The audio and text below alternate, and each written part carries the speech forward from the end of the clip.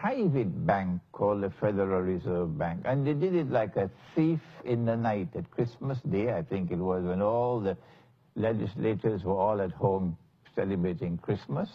And they had a bare quorum in Congress, and they were able to pass the law like a thief in the dark. That's called integrity today. In this great country called the United States of America, they're listening to me, you know. Sitting in their sitting rooms this morning, they're listening to me. And they must be very uncomfortable because they don't even know their own history. I have to teach them their own history. Excellency, are you listening?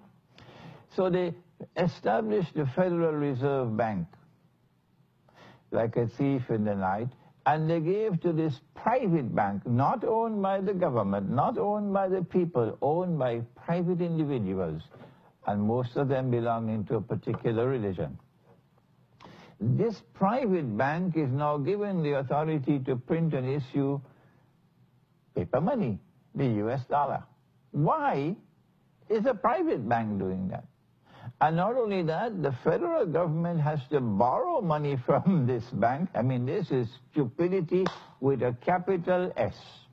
And not only has it got to borrow money from the private bank, which is issuing the paper money out of thin air, but has to pay interest to the private bank. And you got your PhD in monetary economics and you don't understand that? Excuse my language this morning. Excuse my language this morning. Shame on you. Yes, shame on you. I don't know what you're going to do in the grave when the angels start to question you in the grave, huh? And you don't have anyone to help you in the grave. No.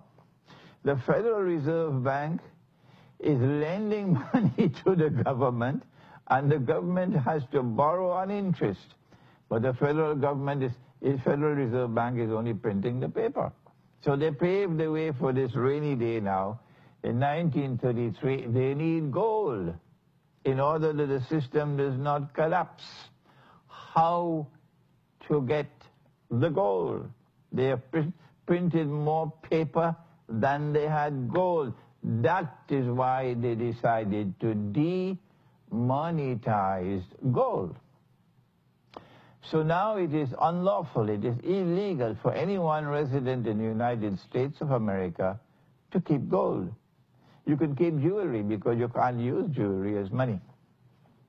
But gold in the form of coins, gold in the form of bullion, that is gold bars and gold nuggets and gold certificates, these must all be handed over to the Federal Reserve.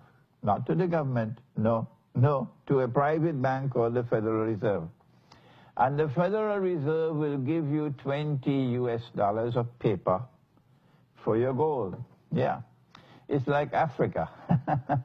Yes, beautiful, beautiful, beautiful Africa. Africa with all the gold and Africa with all the diamonds. And they take your gold and they take your diamonds and they give you paper.